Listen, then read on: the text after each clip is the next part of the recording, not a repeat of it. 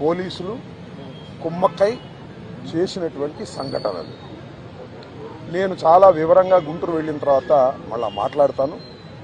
నేను అందరికీ ఈ సందర్భంగా నా ధన్యవాదాలు తెలియజేస్తున్నాను.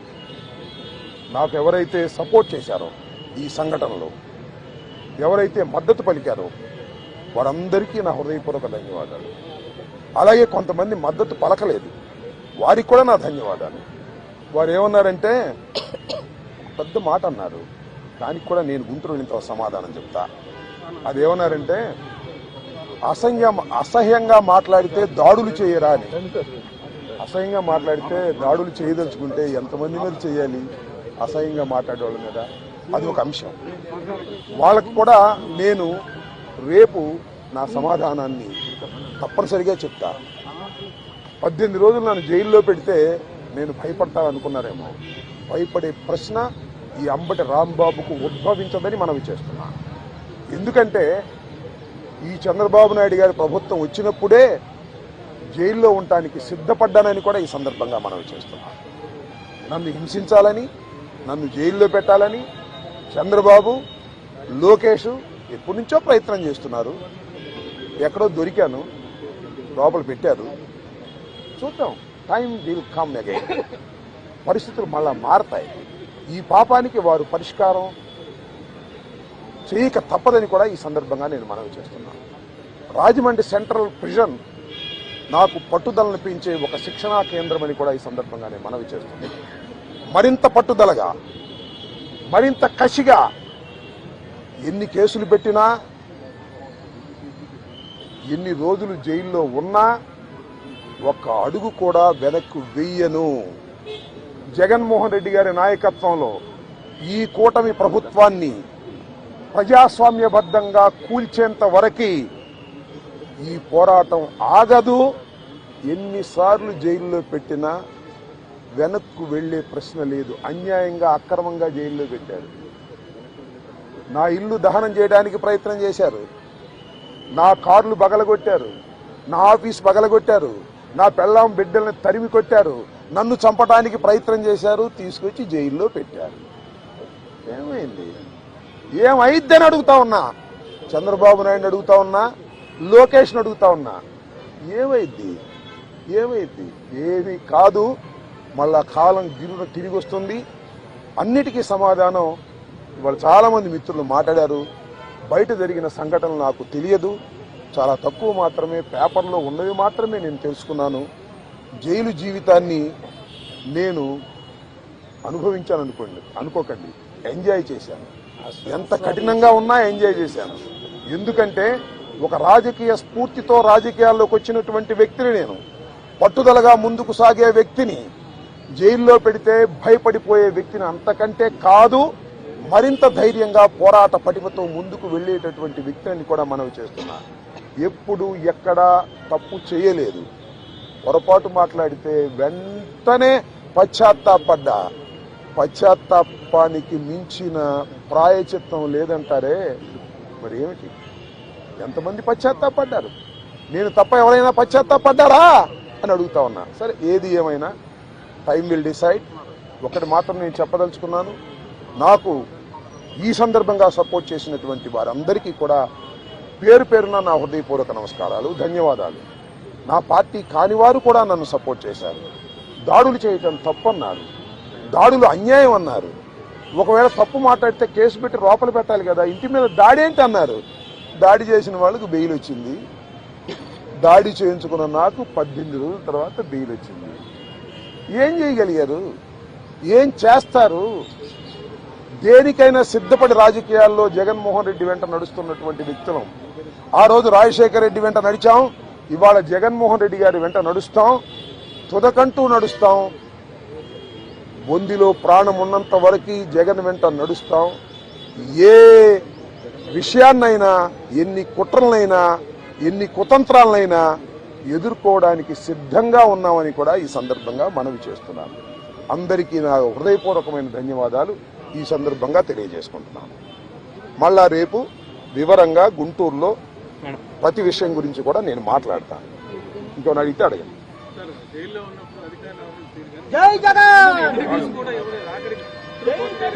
జైల్లో ఉన్నప్పుడు అధికారులు వాళ్ళ రూల్ ప్రకారం పోతారు, అక్కడ ఫుడ్డే పెడతారు. అది నాకు నచ్చినా నచ్చకపోయినా ఆ ఫుడ్డే తింటాను.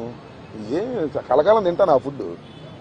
ఆ పెట్టిన ఫుడ్ నాకు నచ్చలేదు, ఎందుకంటే కొద్దిగా డబ్బులు ఉండవాళ్ళం కదా, మంచి ఫుడ్ తింటాం. జైల్లో మంచి ఫుడ్ కావాలంటే వస్తుందా? కోర్టు వారు నాకు ఆర్డర్ ఇవ్వలేదు. ఓకే, జైలు అధికారులు వారి ప్రవర్తన వాళ్ళది, వాళ్ళు నాకేం స్పెషల్గా ఏం చూడాల్సిన అవసరం కూడా నేను ఎప్పుడు కోరుకోలేదు, కోరుకోను కూడా. సామాన్య ప్రశ్నలుగానే ఉండటానికి నేను ఇష్టపడ్డాను. కోర్టు ఆర్డర్ ఇస్తే బయట భోజనం తిన్నాం అనుకున్నాం, కోర్టు ఆర్డర్ ఇవ్వలేదు, లోపల భోజనమే తిన్నాం. కొద్దిగా చిక్కినట్టున్నా, అయినా ఏం కంగారు ఏం లేదు, ఏం ఇబ్బంది కూడా ఏమి లేదు. ఆరోగ్యం బ్రహ్మాండంగా ఉంది, ఆరోగ్యం మరింత పట్టుదలగా ముందుకు సాగుతుంది.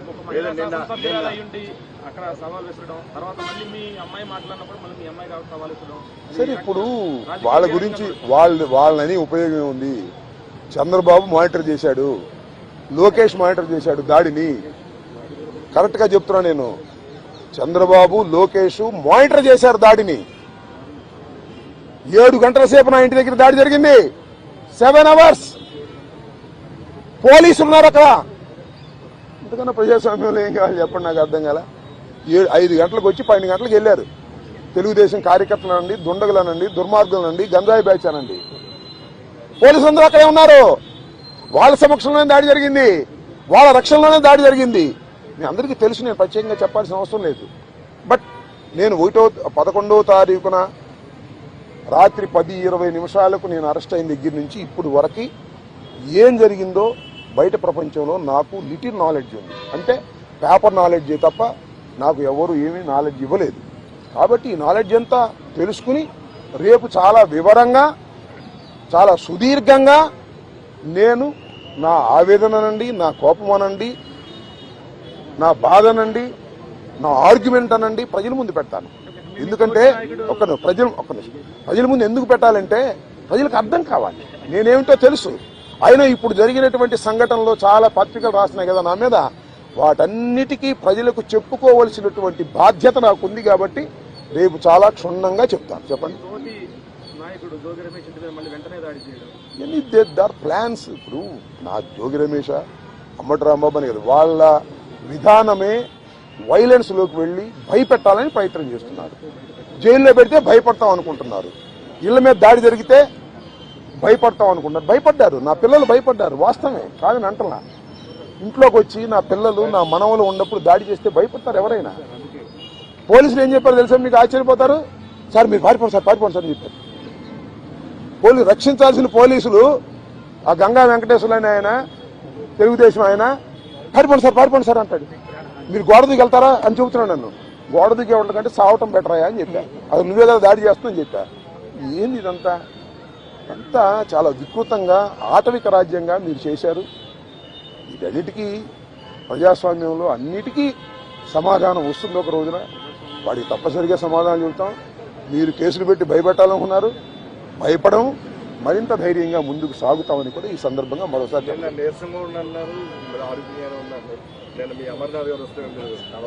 ఆయనకి అట్ట కనపడ్డానేమో. నేను నీరసంగా ఎప్పుడూ లేను, లోపల ఏది ఇబ్బంది పడలేదు.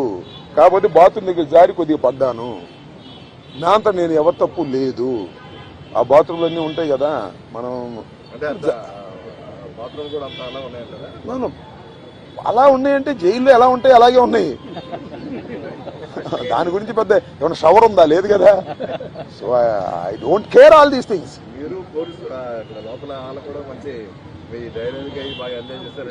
I don't know that.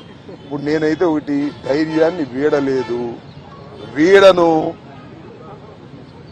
ప్రాణాలకు తెగించే ఉన్నాము. ఎందుకంటే పోలీసులను అడ్డం పెట్టుకుని మనుషులను చంపే అలవాటు చంద్రబాబుకి, లోకేష్కి ఉంది. కాబట్టి వీఆర్ రెడీ ఫర్ దాట్. దాని గురించి ఏం కంగారు పడాల్సిన అవసరం లేదు, భయపడాల్సిన అవసరం లేదు. జైల్లో పెడితే భయపడిపోతాం అనుకునే పిచ్చి వాళ్ళు జైల్లో పెడితే మరింత ధైర్యంగా పోరాడతామనే విషయాన్ని తెలుసుకోవాలి అనేది నా భావన.